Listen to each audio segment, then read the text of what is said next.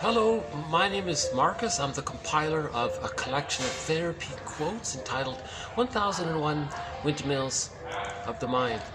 A collection of quotes taken from what's often called the psychodynamic or the psychoanalytic perspective, which long ago, as I understand it, was called by some as philosophical medicine. By the way, this new venue is an experiment. I'm in a hotel's lobby restaurant, and I noticed at this moment that there were no people in it, but there will be people. So I feel a certain sort of apprehension about this experiment. It may not go through, but so that reminds me of the 5 words. So in 1001 Windmills of the Mind, we cover 50 topics or themes or threads or chapters or e-booklets within the psychoanalytic perspective. Meaning, how do we make the unconscious conscious? How do we unpick the threads of a traumatic script and use those threads to weave a new, healthier script? How do we be our own caring witness so that we can resume development? Because if there's emotion in the grieving, we can see the present more if we accept the past. If we deny the past, we don't remember the past, and we lost our feelings because of the trauma of the past, we're going to engage in, as discussed in one of our threads, repetition compulsion. The person is going to replay, repeat. I notice myself distracted already. I'm not really used to doing I'm going to have to somehow get used to doing this in public, because I'm in a very busy tourist city here, and the peak season apparently starts tomorrow or the day after tomorrow or something.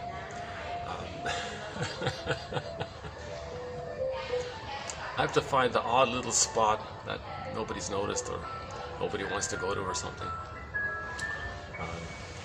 You know, in previous videos I've tried to give a sort of overview of the psychoanalytic perspective, so I won't maybe do it here.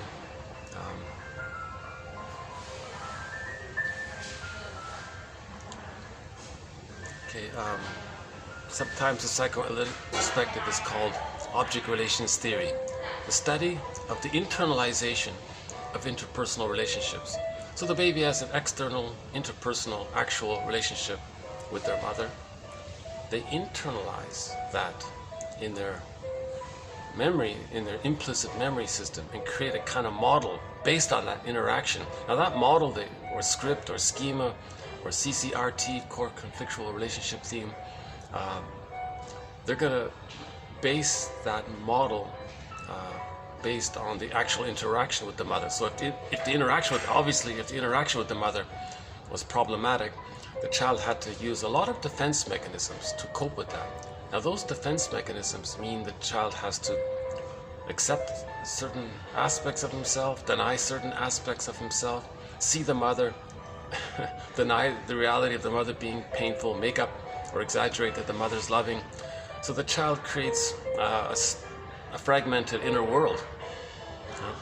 Now all children do this temporarily, but a lot of these, but by the age of 3, the fragmented soul is meant to come together. That's the theory. Because no mother's perfect. No mother can perfectly replicate the womb environment for the first 4 to 5 months. Again, all babies come out too early. They need an extended womb. So that's called the maternal holding environment, or the stage of social symbiosis, the stage of undifferentiation. The baby doesn't know where he ends and his mother begins. They're not differentiated. They're fused there. And the feeling for the baby, the theory is, it's this oceanic bliss. He's in this oceanic oneness within this maternal infant dual unity, the unico mystica. So he feels strong, the wakonda, the mana, and he's happy. It's all about him. He's a little king, a little god. He's very powerful and do what he wants. Unlimited. He never has any sense that everything's there for him. Whatever he needs, it automatically gets met. So he thinks he's so important. I'm not sure if I'm going to get through this video. I'm very easily distracted by things. I did notice, yeah, in the lunch hours, the lunch rush is gonna come soon. Let's see if I can finish this. Let's see if I can somehow finish this before the big lunch crowd comes in. So, object relations theory is sort of an updated term for psychoanalysis. 1001 Windmills of the Mind is heavily based on the work of Masterson, James F. Masterson. He updates object relations theory by including or synthesizing Margaret Mahler's theory of development. He calls it developmental object relations theory.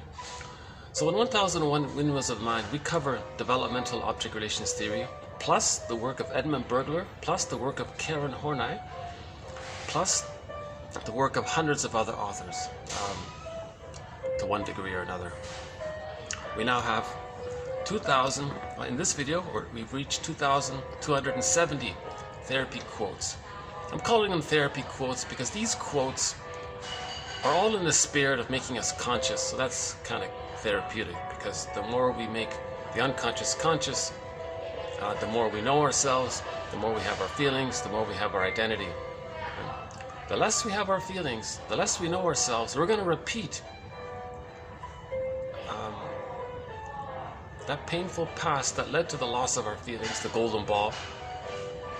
Now, the child lost his golden ball, his feeling self, his aliveness, his vitality, etc. He lost that when he lost the safety with the mother due to the mother's misattunement, malattunement, the bottle and the schedule, etc. Makes the baby cry at night. The baby was removed at birth. A lot of these, if the nurse uses the rubber nipple and the baby's crying, the nurse puts honey on the rubber nipple. That's very shaming. So if the child is shamed a lot by these misattunements, malattunements, he loses his feelings. He loses his identity. That's the trauma, Russell says. So he wants, now when there's trauma, there's repetition compulsion to try to redo that scene that caused the trauma, get a better outcome so that the person wasn't traumatized. So in the present, they're going to look for some kind of surrogate breast mother, but it can't be done post the age of, let's say, 5. So that means they're going to have unrealistic expectations on others, be enraged if they don't meet their needs. So idealization, devaluation can be seen there. Others aren't seen as three-dimensional people with their ontological self, with their psychological self, with their personal narrative, with their personal history and feelings, and maybe they have complicated grief. Maybe they have, maybe they're stuck somewhere. They're not seen in that kind of three-dimensional way. They're just seen as, can they provide the safety for the projector to get their feelings back? That kind of thing. So Russell says trauma is when the child lost the safety, they lost their feelings. That's the trauma, we lost our feelings. Because I feel, therefore I am. They lost their identity. So to get back their sense of self, they want to recreate the safety with someone else, but it can't be done. No one can be the breast mother, but that's their sort of attempt unconsciously. With the imagined theory that if they could get that level of safety, they would get their feelings back and resume development and have their identity, kind of thing. So repetition compulsion is an attempt to find our feelings. We repeat because we don't feel. If we have our feelings back, we stop repeating. But how do we get our feelings back? We need the safety to know our story. So we're looking for someone that can be a surrogate maternal holding environment, but no one can do it. People try and all that, but it can't be done, right? So that's sort of a whole thread right there, repetition compulsion.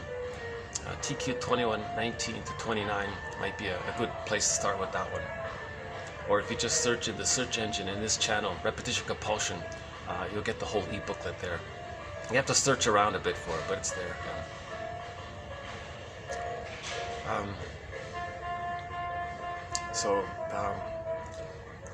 Let's maybe jump in with today's quotes. I have to comment on the last video, TQ 22, 64 to 68. Those 4 TQ quotes. There was some excellent material in there. I really recommend that video in terms of the spirit of 1001 Windmills of the Mind. There's some very thoughtful ideas in there, and you have to read it to really appreciate it. My commentary hopefully doesn't distract from the value of the quotes. It's hard to give many of these quotes, it's hard to do justice to many of these quotes. It really is. I just heard Karen Maroda. I just read the conclusion in one of her books, and she laments, she says, you know, you have these feelings, but how do you put it to words? And she's trying to express what she knows, but no words can ever do it. So that kind of thing. So my delivery is really, I feel, unfortunately, kind of limited in conveying the value and the potency of these quotes. They're very helpful. I find them very helpful. So that was a good video. This video, maybe not as, might not be as sort of fresh as the last video, but there's still some worthwhile points to make, and I thought I would maybe try to elaborate on a little bit. So one quote here comes from, are they coming in? No? Okay. I think I feel a little anticipatory of the crowd coming in, so I'm already sort of feeling a little jumpy. So we have that so back to that thread about self-help quotes, self-help exercises. So we have one of our threads. So repetition compulsion is a thread, projection is a thread, projective identification is a thread, splitting is a thread, object relations theory, repetition compulsion, the body bears the burden, emotional eating, misinterpretations of fairy tales and myths, that's a thread. 50 threads. One of the threads is a collection of self-help exercises that I think maybe are in this, that are helpful, even though they're sort of in the self-help category. I think we need that kind of side break once in a while to regulate our anxiety. So the most recent one that came up was, I'm just simply calling it the 5 words. It's a question prompt. Whenever if something's on your mind and it's causing you anxiety, ask yourself, using these 5 words, what's the hardest thing about, and you fill in the blank. So what's the hardest thing about, that's 5 words, and then fill in the blank. So here I am, anticipating all of these interruptions. So what's the hardest, so Marcus, what's the hardest thing about your realistic expectation that there are going to be more and more interruptions as you go along in this video? Well, the hardest thing is I'll feel a little agitated, and then I'll feel embarrassed. What's the hardest thing about being embarrassed? Well, the hardest thing about being embarrassed in public here, even though nobody's watching. Although one of my videos, somebody watched it for 15 minutes. So I see that as an improvement. Well, the hardest thing about showing embarrassment in public is that it'll distract people from wanting to show an interest in what I'm doing. And what's the hardest thing about that? Well, there's the disconnection. So you have a need for connection. Yeah, I have a need for connection. Okay. So it gets you in touch with the need. When needs are met, you feel calm, no anxiety. When needs are unmet, you feel anxious. But if you acknowledge the need, that activity is calming in itself. Right? Anything else? Well, then I'd have to move to a new location. What's the hardest thing about moving to a new location in the middle of a video? Well, what if I don't find another spot? Then, well, that's not a big deal. I can do a part 1 and part 2 then in that case. Actually, the truth is I'm running out of battery. I thought I had a full charge here, but it says here I'm down to 10 minutes remaining on my battery.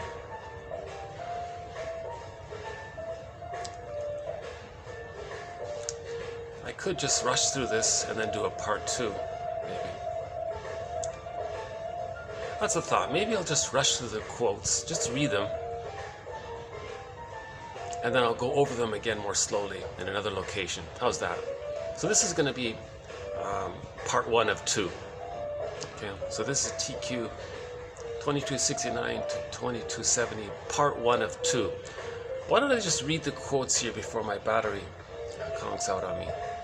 and then in part 2 we'll discuss it more fully.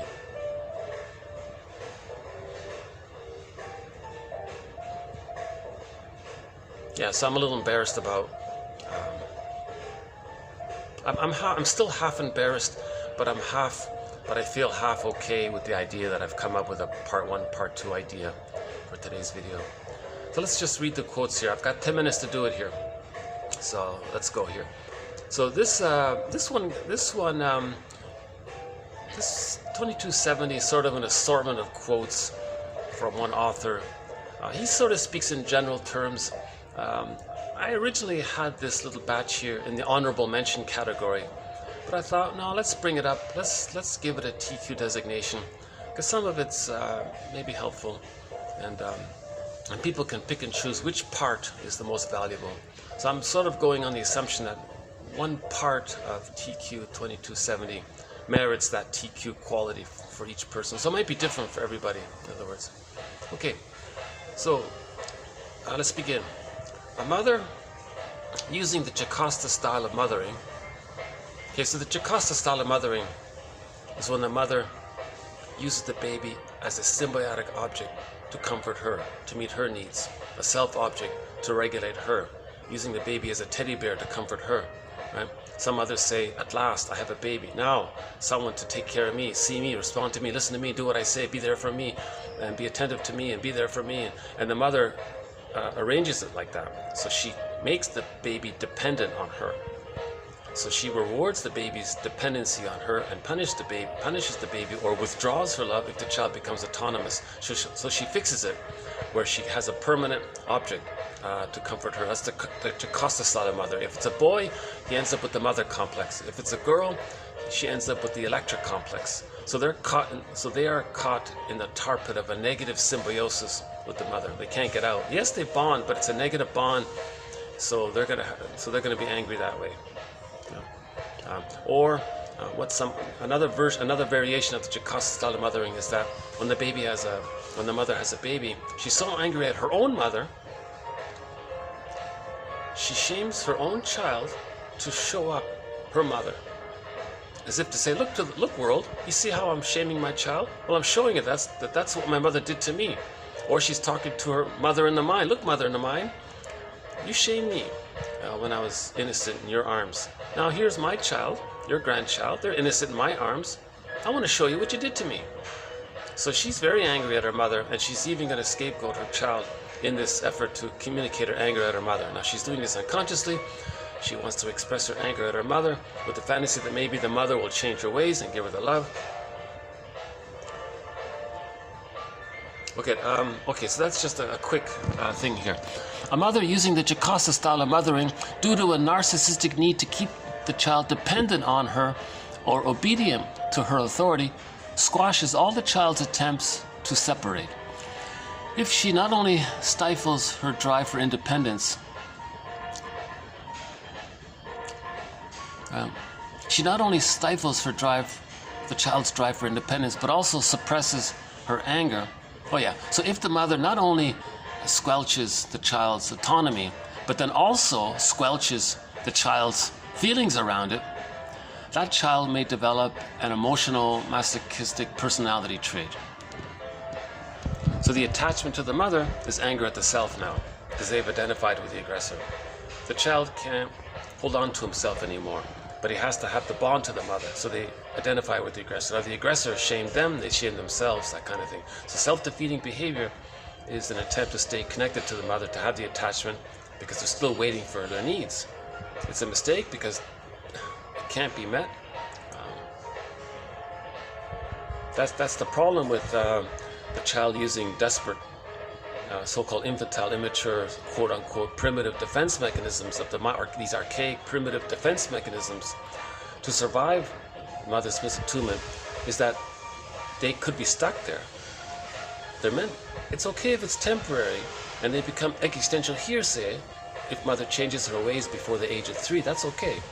But if the mother doesn't change her ways, the child is stuck with them.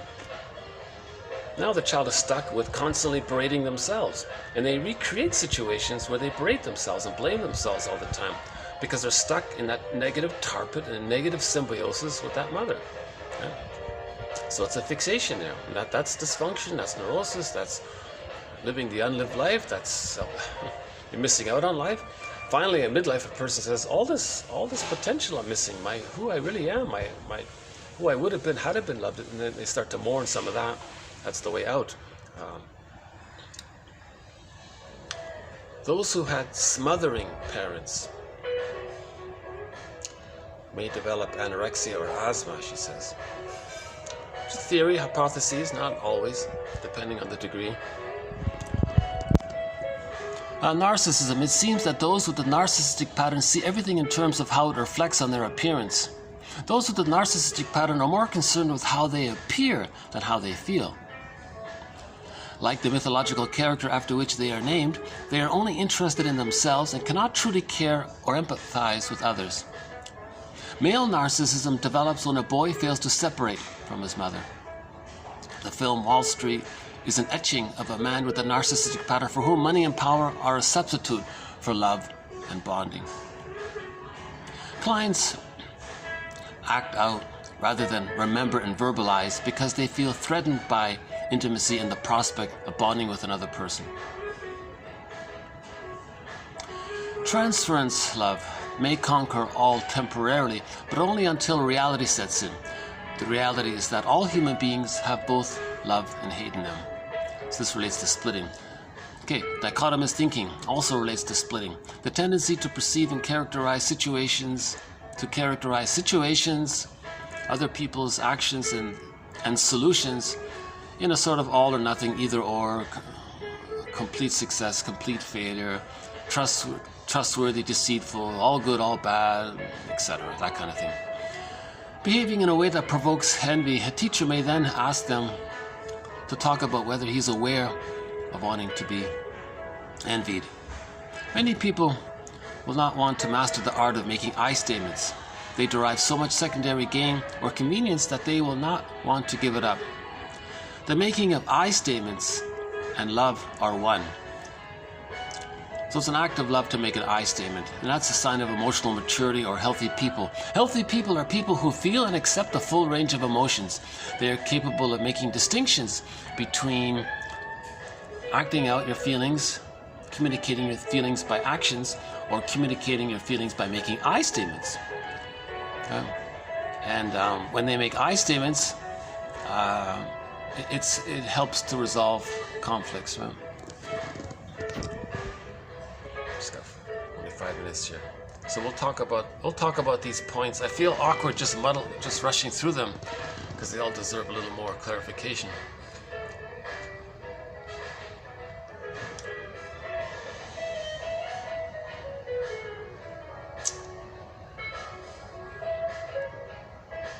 Okay, instead, why don't I just talk further about this one, TQ 2270, and I'll do the other quote in the next video. Okay. So the one about smothering parents. So one person says anorexia. A lot of people like to talk about. I have no idea why everybody's so fascinated with this. How often do you see someone who's anorexic? I don't think I've ever seen anybody who's anorexic in my life. Except the odd photo or somebody on TV or something. But it's so rare, but people love to talk about it. I think the fascination is, one theory is that the woman, if it's a girl, sometimes the guy, I guess, they're protesting mother smothering. So they're not going to develop. They're going to stay in this undeveloped state, so to speak. So that their body's not going to develop. Now, asthma, that's obvious. If the mother doesn't let the child breathe, scares the child all the time. If the mother is malattuned with her breast, with the bottle, and the baby can't breathe because the mother is force feeding the child, that could lead to asthma. Narcissistic pattern develops when the boy fails to separate from the mother. Of course, because the baby feels that the breast is serving him. So he feels like a little god, that the otherness is serving him. So he's in this stage of infantile megalomania, primary narcissism. So his image of himself is what they call the ego ideal. So he creates an image of himself during that time of when he's a little god. Everything's about him, to serve him. The mother's there to take care. In the womb, everything's there to serve him. That up until the age of 18 months, everything's there to serve him. That image that he has of himself, one jargon is the ego ideal.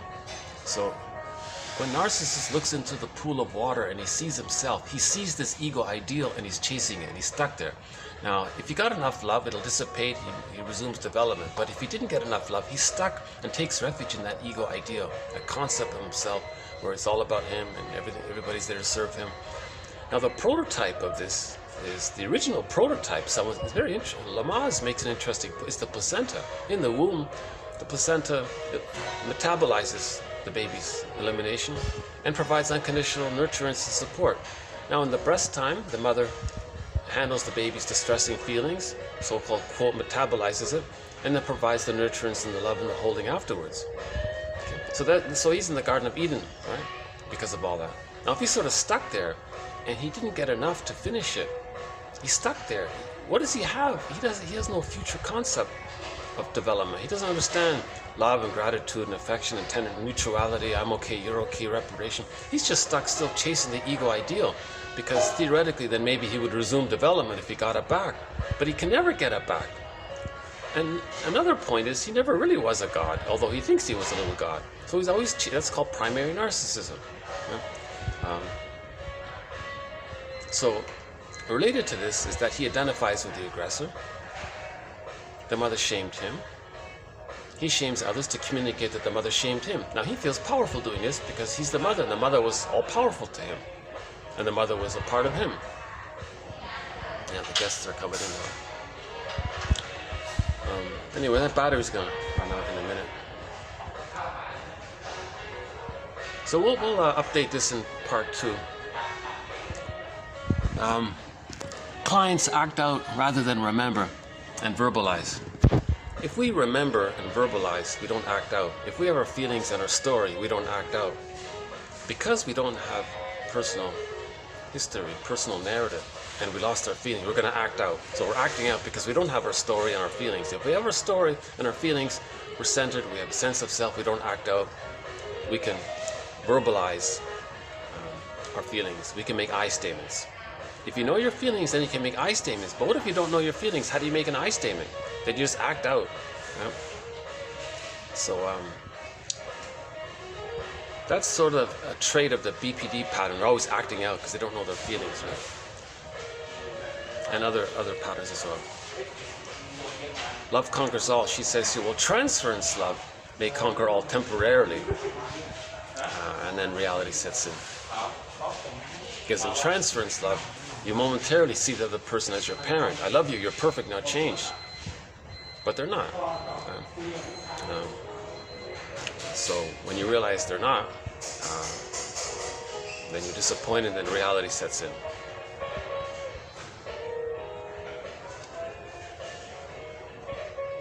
Again, splitting is a temporary maneuver of the mind the child adopts.